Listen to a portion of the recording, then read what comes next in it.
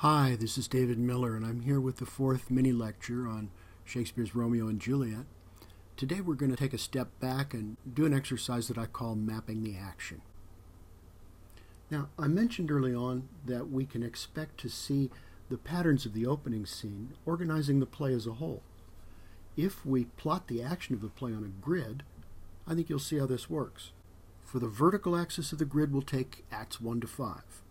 Since we don't need to plot every single scene in order to see the shape of the whole, for the horizontal axis, we'll take the opening and closing scene of each act, adding a turning point in the middle as needed. So, Act 1, first and last scenes. Act 1 opens with a civil brawl in the streets of Verona and closes with the Capulets' party, where Romeo and Juliet meet and fall in love. These two scenes, the feast and the brawl, balance each other in obvious ways. The contrast between them is highlighted in the close as the new lovers learn each other's names for the first time and find, as Juliet says, "My only love sprung from my only hate." By the end of the first act, then, the plot's main conflict has been established and is already moving toward a crisis. The close of Act 1 anticipates the final scene of the play.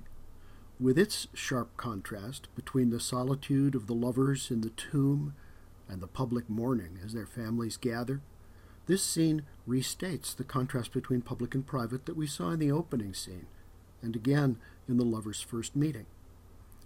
The symmetry is perfect, for where the opening scene goes from public conflict to private turmoil, the final scene will go in the other direction, from private tragedy to public mourning and reconciliation. The turning point in Act 1 comes in the second scene, as Peter, a servant of the Capulet household, is sent out with a list of guests who are invited to Capulet's feast. But Peter can't read, so he has to ask for help, and who should happen along just then but Romeo and Benvolio.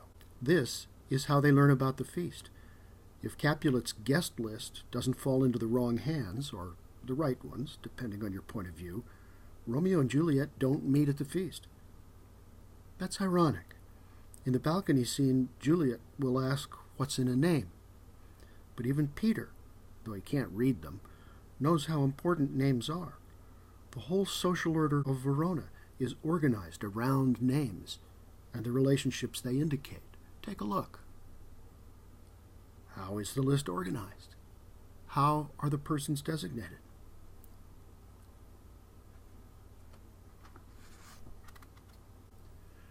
Act 2 begins with the famous balcony scene, following a brief interlude in which Romeo ditches Mercutio and Benvolio to double back and climb the orchard walls. We'll come back to this interlude in Lecture 6. The act ends in Scene 6 as Romeo and Juliet leave the stage to recite their wedding vows, with Friar Lawrence bidding them, come with me, and we will make short work." The play itself has made short work, for its young lovers, who didn't know each other at the beginning of Act 1, have wooed and wed by the close of Act 2. A quick comparison with Act 1 suggests another contrast organizing the action, for the opening and closing scenes there were public gatherings, opposite in character, but similar in that they put key aspects of the social order on display. Act 2, however, begins and ends in intense privacy, emphasized by Romeo's giving the slip to his friends before the balcony scene, and Juliet giving the slip to her parents before the marriage scene. We can plot this contrast as well, using red to stand for public and blue for private. Turning to Act 3, we see that it opens with the duel in which first Mercutio and then Tybalt are killed. This scene takes place in public and reignites the blood feud between the Montagues and Capulets, both features that link it to Scene 1. The crucial difference is that now Romeo finds himself drawn into the conflict, whereas in the first scene he'd been absent. The turning point in Act 3 comes when Capulet changes his mind and decides to give his daughter to Paris, a decision that, as I said earlier, may be motivated by the death of Tybalt. This is also the midpoint of the play itself, and it marks the reversal of fortune for Romeo and Juliet, who reach their high point at the end of Act 2, only to be plunged into despair now as Romeo is banished and Juliet betrothed to another man. Act 3 closes with the poignant scene in which Romeo and Juliet awake together in her bed after their wedding night, resisting the knowledge that he must flee. At the end of the scene, Juliet is left alone, fearful but resolute, determined that if necessary she will die rather than be given to Paris. The conflict has reached its crisis point, and something has to give. You might notice a strong contrast between the public duel in the opening of Act 3 and Juliet's solitude at its close, extending the pattern of contrasts we saw in the first two acts. One effect of Romeo's banishment is that Act 4 focuses on Juliet.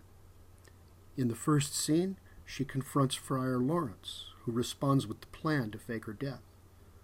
In the final scene, she is found, seemingly dead, on what was to have been her wedding day. In between, the turning point comes in her soliloquy, a powerful speech too often cut in film versions, which is a shame, because to skip that speech diminishes her character. In these lines, Juliet faces her terror of awakening alone in the tomb, the classic nightmare of being buried alive. Unlike her father, whose change of heart marks the turning point of Act 3, Juliet is resolute and swallows the potion. Act 4 turns on her constancy. Act 5 begins with Romeo at the apothecary's shop and ends with the double suicide in the Capulet family tomb. The turning point comes with the failure of Friar Lawrence's letter to reach Romeo in time, an ironic echo of that wandering guest list entrusted to the servant Peter in Act 1.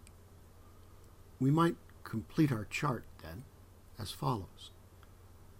I put the final scene in both blue and red typeface because the privacy of the death duet between the lovers is followed by a final gathering of all the other characters and a reconciliation between their bereaved parents. A return from the private space of Romeo and Juliet's intimacy to the social world they have left behind. We can add a lighter background to the final scenes of Act 3 to 5 to stress yet another parallel. The scene that closes Act 3 begins as the lovers awaken together. Their sad yet playful debate over the bird's song, is it a lark or a nightingale, imitates a special type of lyric called the aubade, or morning song. Their final meeting in the tomb should have been a second, even happier awakening, fulfilling the promise of the first. Instead, it parallels and in a way completes the final scene from Act 4, in which the bride on her wedding day fails to awaken from sleep. Next time, we'll begin a topic that will take up the last three of these mini-lectures.